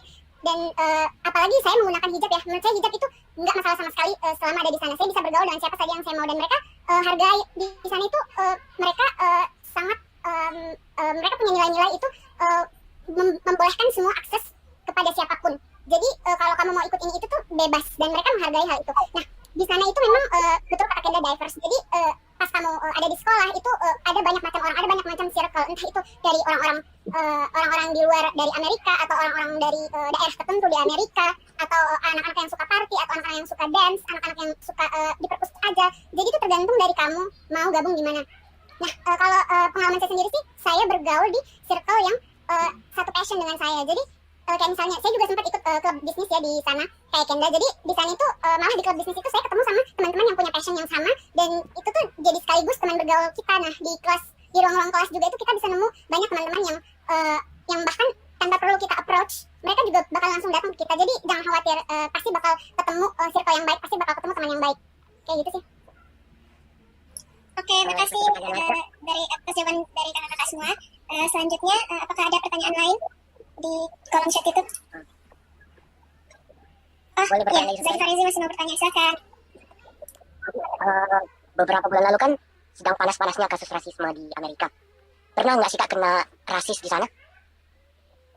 Terima kasih. Oke, pertanyaannya tentang rasis ya. Silahkan bisa dijawab mulai dari Kak Weni dulu. Nah, kebetulan kan saya masih ada di sana ya waktu demo-demo itu terjadi, dan saya betul-betul hanya tinggal 15 menit dari Washington DC, di mana pusat maksudnya banyak sekali orang-orang yang sering demo di situ. Dan alhamdulillah ya, mungkin karena mereka itu protesnya ke pemerintah. Jadi saya sebagai orang Indonesia bahkan berhijab itu alhamdulillah tidak pernah mengalami hal-hal yang membuat saya diintimidasi kayak gitu. Dan seperti yang tadi saya bilang, kalau walaupun kamu dari mana, asal kamu pakai baju apa saja, mereka tuh nggak pernah mempermasalahkan hal itu ketika kamu bergaul sama mereka. Jadi apapun yang kamu gunakan, apapun yang kamu ikuti, itu mereka menghargai hal-hal itu. Dan saya pikir rasisme itu hanya protes-protes warga kepada pemerintah kayak gitu. Basically kepada pemerintah tentang sistem politik di sana, sistem pemerintahan di sana kayak gitu sih. Oke, bisa lanjut jawaban dari Kak Kenda. Silakan Kak. Ya, terima kasih pertanyaannya Zaki. Ya, menurut saya pertanyaan sangat bagus. Jadi personally untuk saya itu sendiri nggak pernah ngerasain diskriminasi di sana. Tetapi saya sendiri tidak bisa berbicara tentang diskriminasi yang terjadi di Amerika, karena saya ini datang dari ras Asia, dan saya pun juga tidak menggunakan hijab yang mungkin bagi beberapa orang bisa mendapatkan pengalaman tertentu di sana. Tetapi saya tahu di Amerika memang ada beberapa orang yang mereka sangat sensitif terhadap imigran, terhadap orang ras lain. Dan seperti teman saya juga ada teman saya yang berkulit gimana sih caranya kayak African American, dan saya sendiri sering mendengarkannya mengeluh karena diperlakukan berbeda. Nah, saya rasa saya kurang bisa menjelaskan bagaimana efeknya, karena saya sendiri tidak pernah mengalami hal tersebut. Tetapi saya bisa mengatakan bahwa di Amerika tersebut masih ada segelintir orang yang tidak bisa melihat perbedaan terhadap orang-orang yang berbeda ras, atau imigran dari Meksiko, ataupun orang-orang yang menggunakan atribut tertentu untuk agamanya. Dan mungkin alhamdulillah untuk Kak Weni dan untuk saya, kita tidak pernah mendapatkan diskriminasi tersebut. Tapi menurut saya rasisme di Amerika itu masih terjadi dan perlu, dan itu karena rasisme is not okay, it's never justified. Jadi menurutku kita harus work on it together to change the begitulah, untuk mengganti apa yang terjadi sekarang.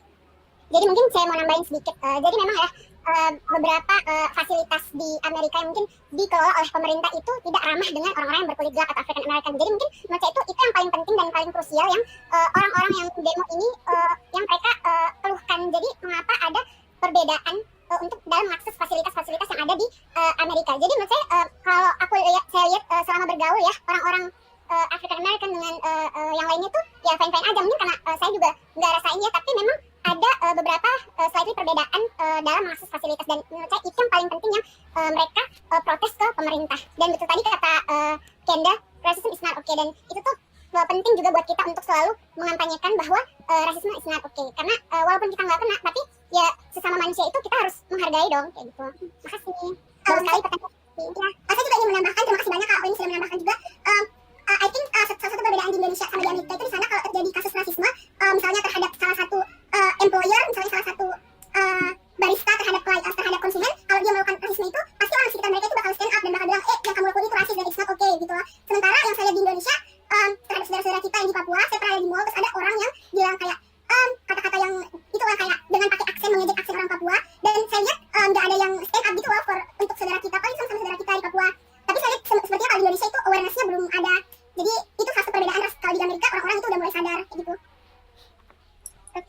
jawabannya Kak Kenda dan Kak Weni.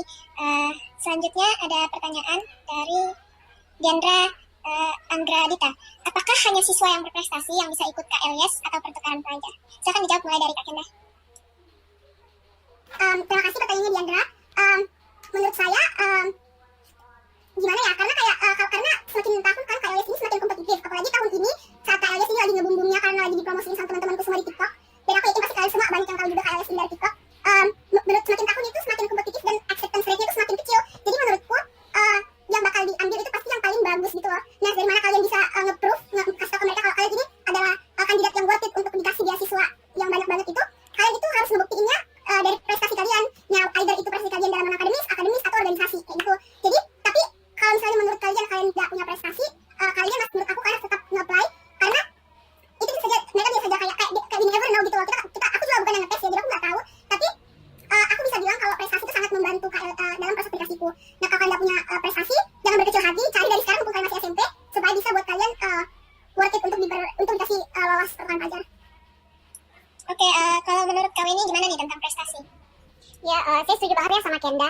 Jadi sebenarnya itu mumpung kalian masih SMP itu kalian masih punya banyak kesempatan buat berprestasi, entah itu akademik atau non akademik. Dan dalam mendaftar atau apply ke beasiswa itu sebenarnya bukan cuma prestasi akademik aja yang dilihat. Jadi prestasi kamu di bidang lain, entah itu kamu ikut klub ini, klub itu, atau lomba itu di luar dari prestasi akademik, itu mereka sangat-sangat memperhitungkan hal-hal itu. Jadi kalaupun misalnya kamu tidak bisa berprestasi dalam bidang akademik, jadi kamu bisa up diri kamu di bidang lain kayak gitu.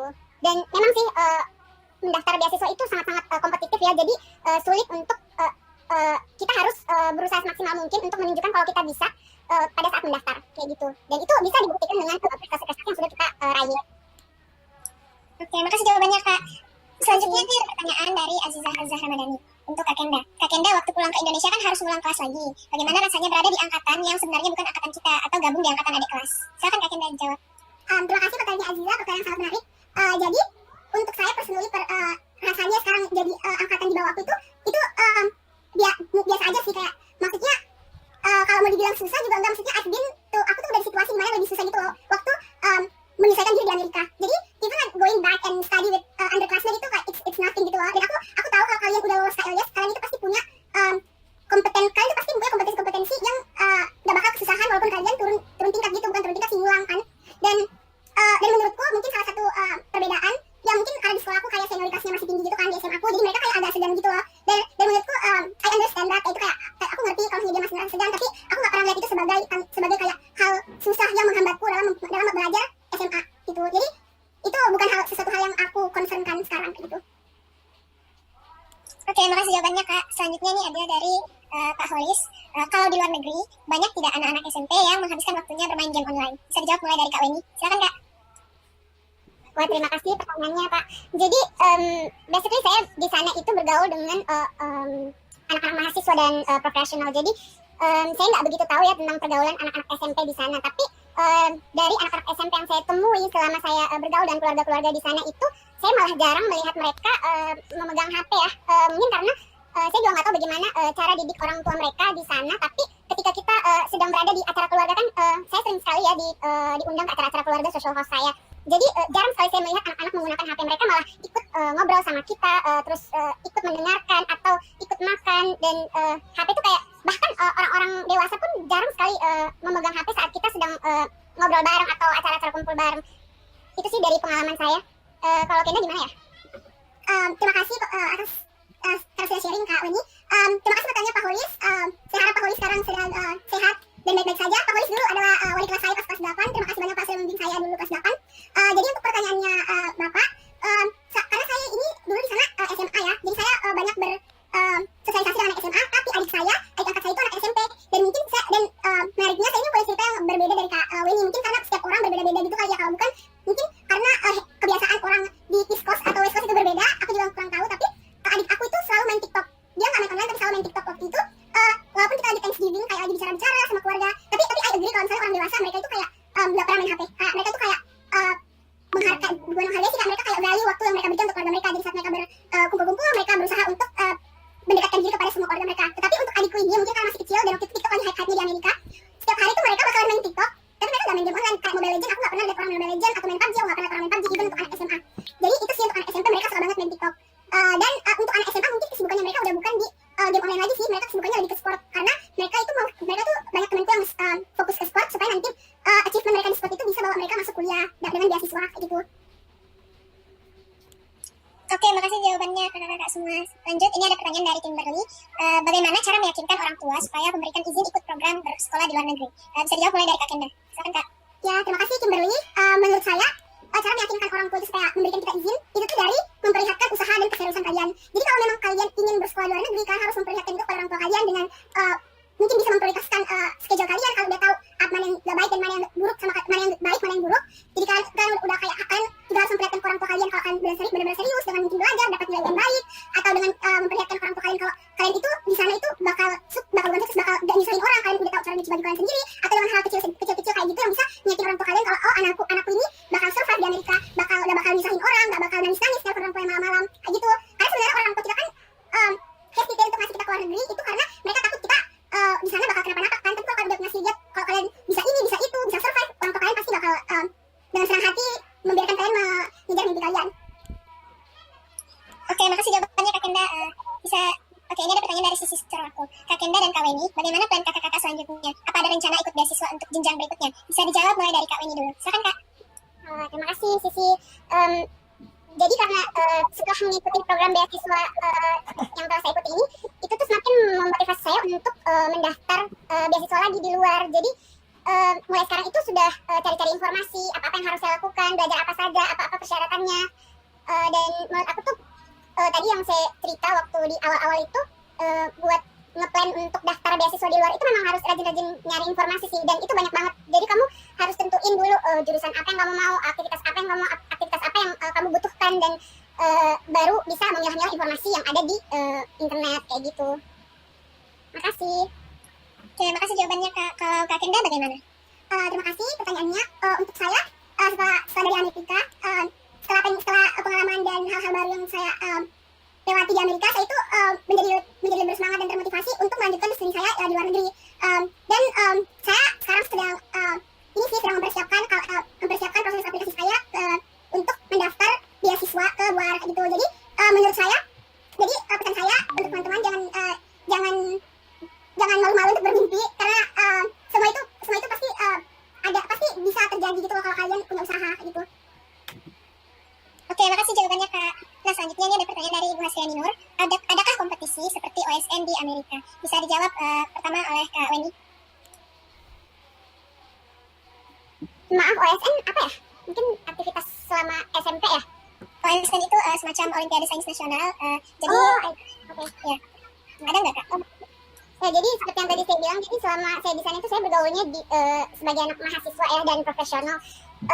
Kalau menurut pengalaman saya sih ada olimpiade kayak gitu tuh selalu ada di jenjang pendidikan manapun, entah itu dalam bidang apapun juga. Jadi banyak banget lomba-lomba kayak gitu di sekolah di sana.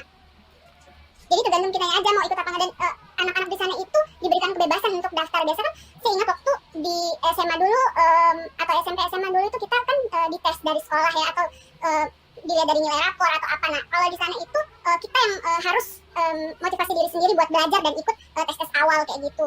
Jadi kita memang di encourage untuk ikut, dan tapi itu bebas kita mau ikut apa tidak. Tapi saya kira sih semua sistem lomba-lomba itu basically sama ya di Indonesia sama Amerika. Kayak gitu sih. Oke, makasih jawabannya Kak Weni. Ya, makasih. Kalau sepengetahuan Kak Kenda, ada nggak sih lomba seperti OSN di Amerika? Karena saya lihat itu di SMA kan, dan bukan hanya kayak OSN, karena OSN hanya untuk sains ya. Tapi di Amerika tuh mereka punya banyak banget kompetisi, bukan hanya sains, mereka punya bisnis, mereka punya anatomi, mereka punya speech, mereka punya storytelling yang basisnya tuh udah nasional dan bakal diapresiasi banget untuk kalian gunakan sertifikatnya di universitas kayak gitu. Kayak di sana itu prestasi-prestasi dan kayak gitu tuh sangat-sangat diapresiasi gitu kan. Jadi kalau misalnya teman-teman yang mungkin passionnya bukan hanya di sains tapi ada di bidang lain, itu bakal di akomodir di sana, bakal ada sendiri lombanya gitu. Oke, makasih jawabannya kakak-kakak semua. Tidak terasa, sudah 2,5 jam lebih kita bersama-sama di kegiatan sharing ini. Terima kasih kakak-kakak semua sudah mau berbagi pengalaman, berbagi cerita yang memotivasi teman-teman semua. Terima kasih juga untuk manajemen sekolah, PTFA, dan guru-guru SMP Singkole, serta teman-teman dan semua pihak yang terlibat. Terima kasih teman-teman yang sudah meluangkan waktu Dengan ini kegiatan webinar dinyatakan telah berakhir. Mohon maaf bila terdapat banyak kekurangan dan kesalahan. Wassalamualaikum warahmatullahi wabarakatuh. Waalaikumsalam warahmatullahi wabarakatuh.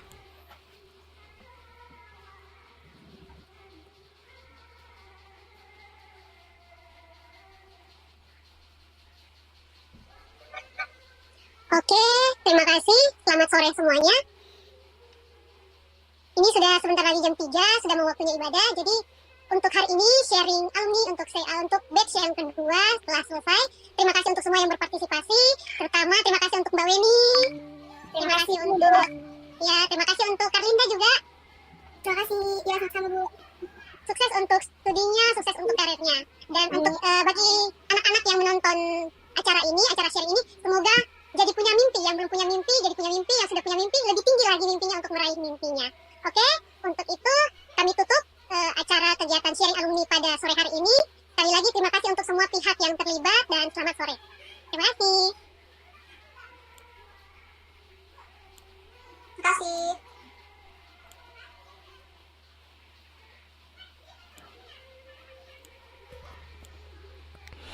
Oke, sukses ya kegiatannya. Alhamdulillah, ya. Sudah selesai dan terima kasih banyak kepada seluruhnya ya. Oke, boleh meninggalkan room karena kita akan sholat asar. Oke, terima kasih banyak Diba, Andin, Ara, Zaki, makasih banyak ya. Assalamualaikum warahmatullahi wabarakatuh. Terima kasih Pak. Terima kasih Andin.